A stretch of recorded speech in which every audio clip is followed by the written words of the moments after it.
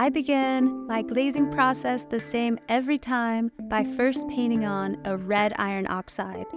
I had mixed the oxide powder with water and consistently stirred the mixture throughout the painting process because the heavy metals settle rather quickly and I just want to keep that consistent look throughout. The goal with the oxide is to accentuate the details and bring more shading and depth to the carvings. I use a large paintbrush and generously apply the oxide. Oxides are a great addition to ceramic and can be added to the raw clay itself, added to glazes, or applied as a stain onto the bistware like I'm doing here. It really brings life to the piece and I just love the richness.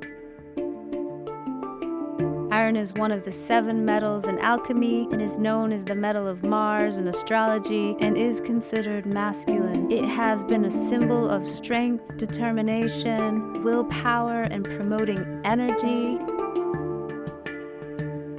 I'm sponging away the top layer so that only the oxide is left in the cracks. I like to leave parts of the clay piece unglazed to not only share the details of the sculpture, but to also feel the texture of the clay that has such an earthy feel to it in its natural state when fired. I'm applying a clear glaze into the carved pattern. This is a great tool for applying glazes into carvings. It's the Xiem Lightweight Precision Applicator. I'll link it below in the description if it's something you'd like to check out.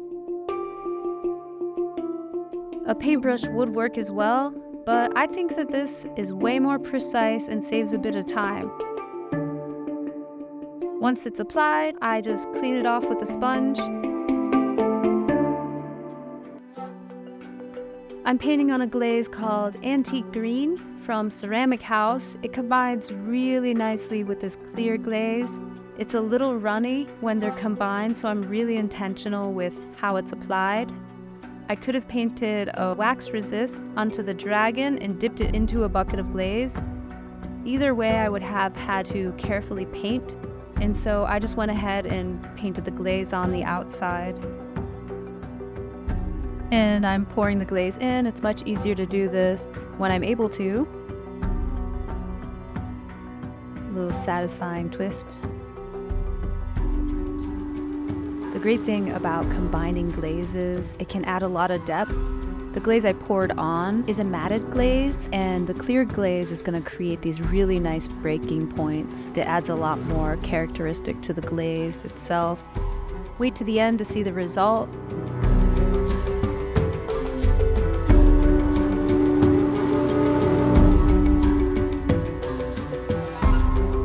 This is one of the first times I've used a mason stain. I mixed it with a clear glaze and I'm applying it into the cracks.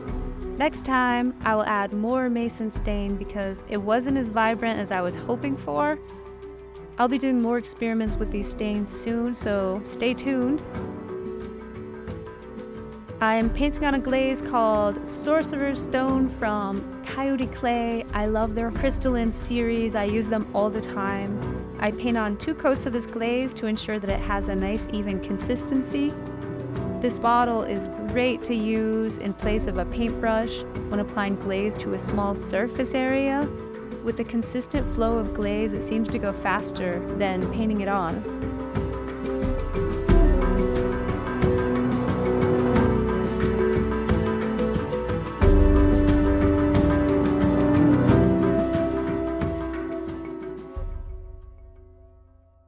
Alright, so finally I am ready to load my kiln.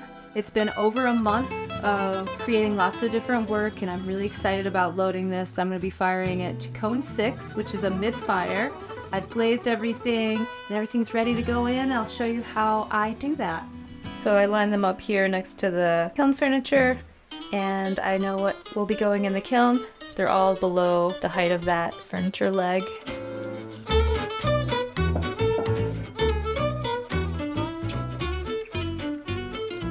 I have to ensure that none of the pots touch. These are not glazed. They just have iron oxide, so those could actually touch, but that's for good practice. I'm going to keep them not touching. Now this glaze, if it touched another pot, it could actually stick to another pot and it would glaze itself to one another, so you want space in between.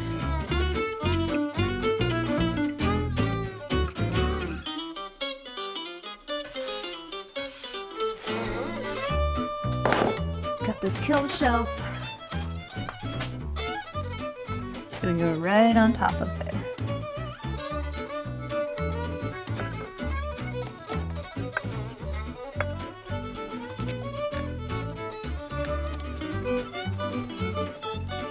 Dragon mug going in. Pretty exciting.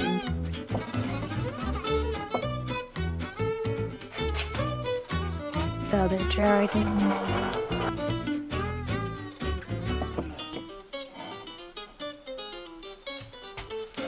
Got an octopus. Can you guess what color that's gonna turn out?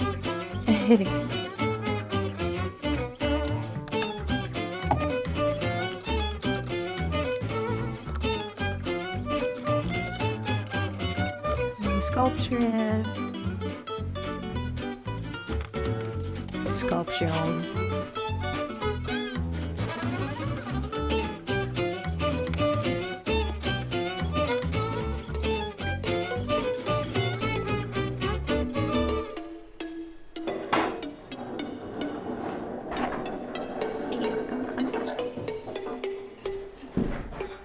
I'm so excited to open this kiln.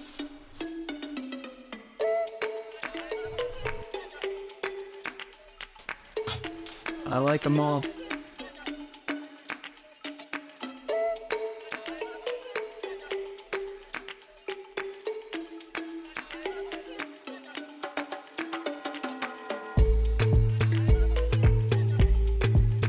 If you found this video informative, enjoyable, or entertaining, like, subscribe, and leave me a comment, and have a wonderful day.